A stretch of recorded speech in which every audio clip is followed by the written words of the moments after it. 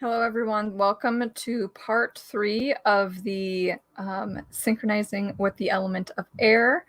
I'm Erin Lefave, herbalist and plant priestess with Full Circle Herbals and the author of the Learning Herbalism Workbook.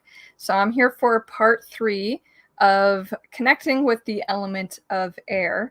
One of the things I do as a plant priestess is synchronize with the nature's cycles and synchronize with nature in general, and can do that through the four of the five elements: spirit, earth, fire, wind or air, and water. So for this month, I picked the element of air to use as a perspective of how to look at herbalism and plants in general. So today's topic is all about leaves, talking about the functions of leaves in an herbalism and plant priestess lens, looking at from that perspective. So in the last other parts, we talked about what the element of air symbolized, and also what kind of plants are air pollinated plants. So everything this month is all about the element of air.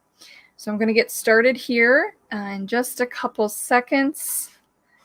It is definitely, things are growing very well right now. It's in the midst of summer. It's very hot here, 85 degrees plus Fahrenheit. So I wonder how it is where you are. Are you getting rain? Are you getting, probably not snow, but maybe if you're up in the mountains, how is it in your area for the growing season? Because we are in the midst of the growing season. And, it's interesting because the fall equinox is, it's about 2 months away, 60 days away, or maybe about those times. Hello from Texas. Hey, Sandra. I see you all now popping up here saying hello.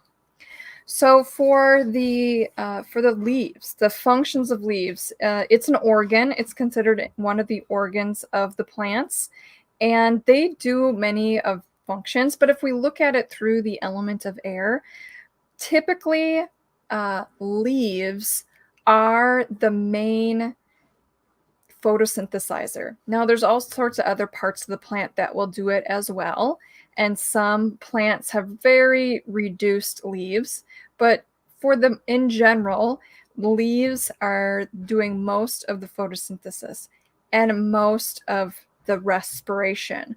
So there's a lot of exchanging of particles and gases and water vapor that are happening through the leaf. So the leaf is doing many things, including photosynthesis, respiration, transpiration. But when we look at it through the element of air, the gas exchange for carbon dioxide goes into the leaf, and it goes through this area that is called the stomata. The stomates or the stomata, plural versus singular. So the stomata are these openings, and they're regulated by a number of things, including the humidity. And there's these things called guard cells on each side that will swell for various reasons. And when they swell, it shuts that stomata. It closes it off. And then when they shrink, then it opens the stomata. And there's many different things that the guard cells are responding to. But the plant has stimuli that are happening around it to help it indicate when it should open and close the stomata, so the pores in the leaf. They're typically on the underside of the leaf. Most of those stomata are on the underside. However, again, there are stomata on all parts of the plant, but in general, the leaf is doing a lot of the respiration and the stomata on the underside. Exceptions to the rule for sure, including like cactus spines and other thorns. Those can be reduced leaves that have evolved over time to curl up really tightly because they don't want a lot of surface area to gain access to the sun, because they have a lot of access to the sun, almost too much. So they've actually shrunk themselves down. And so I have leaves here, and sometimes we don't think of certain things as leaves, like the cedar The cedar, they call them technically like scales, but it is a leaf. Here's lilac. This is what we typically think of as leaves, I think. Like if you ever asked, a kid in school to draw a leaf, typically it's going to look like something like this. And then they're all different shapes, sizes, colors. Some have a lot of aroma. Some are soft. Some are got edges on them. Some have sharpness to them. There's like so many different kinds of leaves out there, and they've all been adapted for their particular environment, whether it be the type of humidity they have, the amount of sun. Perhaps they are evergreen all year long, so they have to adapt to cold as well. All right. So yeah, waxy surface. This one is slippery. It's called glabrous, which means has no hairs on it, so it's just very, very waxy. Some leaves taste really good because they have different kinds of plant constituents in them, secondary metabolites. Some are bitter because that's the way they've evolved, to be bitter, to have things spit them out, and so on and so forth. All sorts of different leaves there. So as the carbon dioxide goes in, eventually they need to release some of the gases, so then the oxygen comes out. And there's just this constant like in and out. So we call it breathing because that's what our lungs do as well. But they don't necessarily have an internal organ that does it. There's a lot of things happening that bring in and out gases and such. Now, the problem with this, the challenge with having openings like this where gas exchange comes in and out and water exchange, is also microorganisms can get in. So diseases can find their way into the plant in various ways, and stomata can be one of them. So yeah, that's one of the things that leaves are doing, is bringing in and out this gas exchange, carbon dioxide and oxygen. And also what will come in and out is their water, the water vapor. And so if they're exposed to a lot of heat and a lot of sun, and their root system isn't able to suck up the water that they need to hold their structure, the leaf will droop because it's literally trying to make itself smaller so that it has less access to the sun. It's a solar dish, and it's some of the leaves are designed to capture as much sun as they possibly can. The whole plant itself is trying to catch as much sun as it can. And so sometimes if that's too much, they will wilt, which will help to close off those stomata and protect the stomata from having more gas exchange. Because, if carbon dioxide comes up into the plant via the stomata, something needs to be done with it. And there's a whole process happening. If there's not enough water, if there's not enough nutrients, then the plant is going to have a hard time taking in anything, nutrients, water, or air. So that's why it's important to have the leaves sometimes to droop if there's not enough water coming through the roots and up into it. It's protecting itself. So if you ever see plants droop when they're really hot, sometimes they just do that to reduce their leaf surface and aren't necessarily lacking water, but they're just kind of hot and they're trying to protect their stomata from being exposed to a lot of the changes in the temperature and the humidity, and they want to keep everything closed down. So lots of protective mechanisms that they do for themselves. So another thing about working with leaves in herbalism and in plant priestessing is that leaves can lend themselves to other things like sound. So many of you, I'm sure, like the sound of certain leaves rustling in the wind.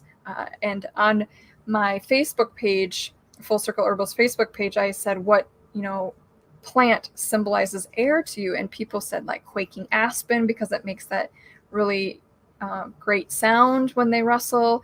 The leaves of the willow have a different sound. palm trees, all these things have different sound. So they have sound and they have scent. Of course, we use leaves for all different kinds of scents, and they also have different tastes and different plant constituents. So we can use them for all of our senses and be using them for scents, putting things on our body or in our body.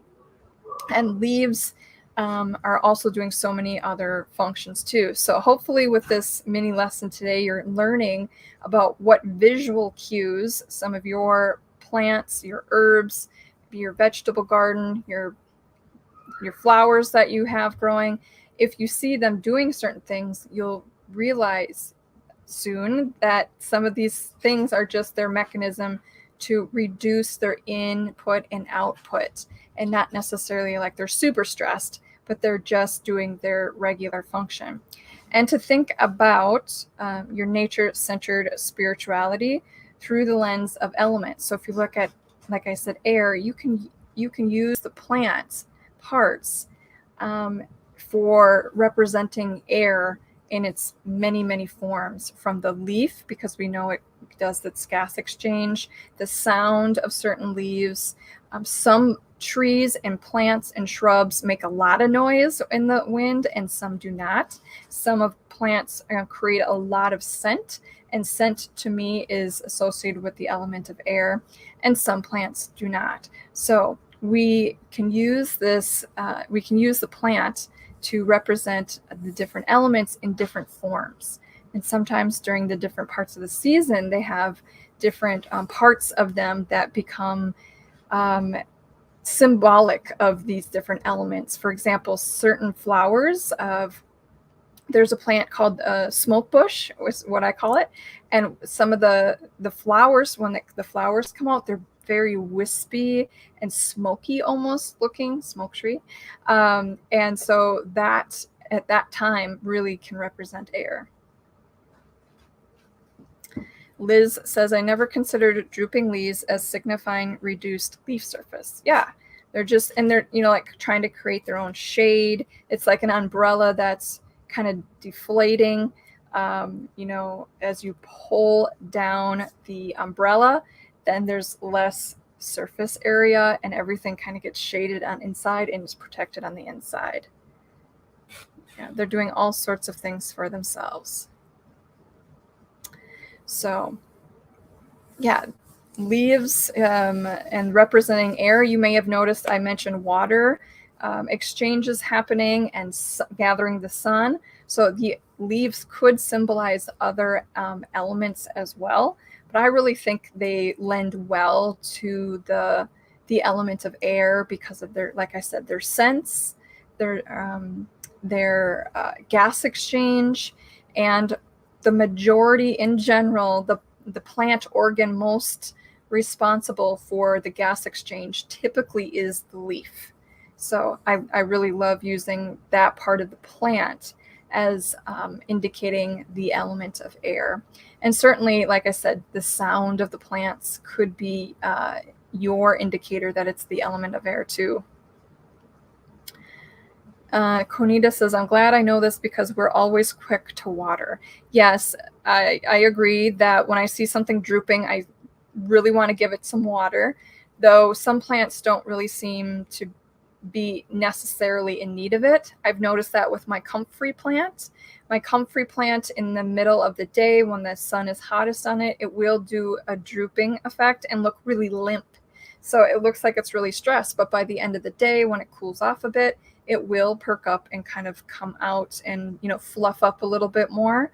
So if your plant doesn't seem to recover at, a few hours into the day after it starts to get a little cooler or the sun shifts and is not completely on it, and if it doesn't seem to recover, then that could be an indicator that it does need water. But if you watch your plants and they seem to kind of lift and droop and lift and droop, and they just do this cycle, then it's just an indicator that they are, bringing their leaf surface down and trying to make their own shade and cool themselves off. Yeah. So that's why it's good to just be aware of your plants. And even if you're not using plants for medicinal like purposes, or they're just not a plant that's used that way, just visiting them over and over at different stages of their growing patterns and at different times of the day and of the season, you will start to see what kind of patterns they have and how they react to different stimulus that's happening in the environment around them.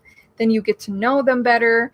And it just creates this connection with the plant because you know how it's going to act. And it may seem like such simple information because you just gradually acquire it, and it feels like everybody else would have that knowledge. Like, why wouldn't you know that the plant always does that? But each each plant in each area of this world has different fluctuations happening, so things respond differently in different areas as well. So you may also notice that plants have a stronger scent at different times of the day or different parts of the season. And that is also has to do with if their stomata are opening up and they're releasing oxygen and letting some of their scents and plant constituents out as it's opened. So that will lend itself to that too. It's just like when grass is cut and you smell that aroma, things are being released through the opening, the cut, that were once captured inside of it, encapsulated in it. But the stomata are one of the ways some of this stuff will come through. So that's why I think, sitting next to plants or having them in your office or in your home, that whole process that's happening, like we are aware in some level that things are shifting, that plants are releasing, different plant constituents even through their own stomata. Yeah. All right, everybody. I also wanted to let you know that next month I'll be doing another Plant Priestess Exploration Workshop. Many of you have been through the workshop and some of you several times. So I just am going to start announcing the details of it slowly here. But I will say that one is happening in August, and I'll give you those details as they start to develop. But get it on your calendar that in August, another Plant Priestess Exploration Workshop is coming. So thank you for joining this mini lesson here on the live video podcast Herbs, which stands for Herbs with Erin, Remedies for Body and Spirit. And if you're watching live right here, right now, then just know that this is turned into an audio podcast on Spotify and iTunes. And we also put the video and the audio into a blog post on my FullCircleHerbals.com website as well. So have a great time, everybody. I'll see you next week where I will be talking about herbs for the lung system. Still with the element of air. Now we're going to use look at our own human body as what is symbolizing air, and then add in plants that help with that system. So, all right, everyone, take care. Bye-bye.